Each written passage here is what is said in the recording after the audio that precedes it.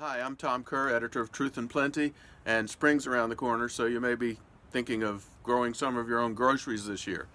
Maybe you have some acreage out in the countryside, but if you're living in the suburbs, you can create a great container garden on a back patio, or even if you're in a high-rise urban condo, you can always take a container box and hang it over the side. You can even grow cherry tomatoes as a hanging basket, and they're beautiful. But what I wanted to talk about was the seeds, because it all begins with the seeds, doesn't it?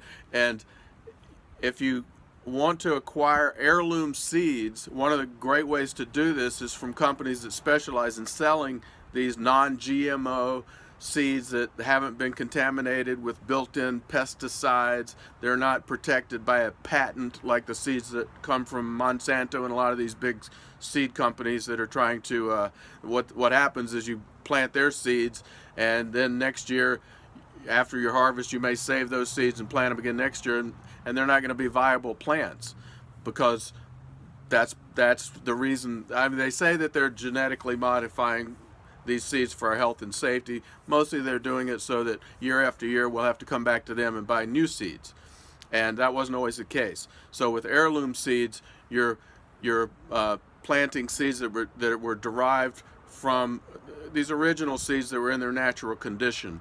And there are seed companies who pay seed growers, who are essentially small farmers or homesteaders, who they may have a very small garden, but they cultivate their plants by strict organic standards. Then they save the seeds, they dry them very carefully, they store them, and these seed companies will buy from lots and lots of these small individual farmers, and then they'll have enough seeds to provide to folks like you and me. Of course, if you're a homesteader, you can become a seed grower, and that is a viable way to have an extra income doing what you're going to be doing automatically, which is growing and saving seeds. So I'm going to be talking a lot about this and related topics in some of my essays coming up, so stay tuned. Thank you.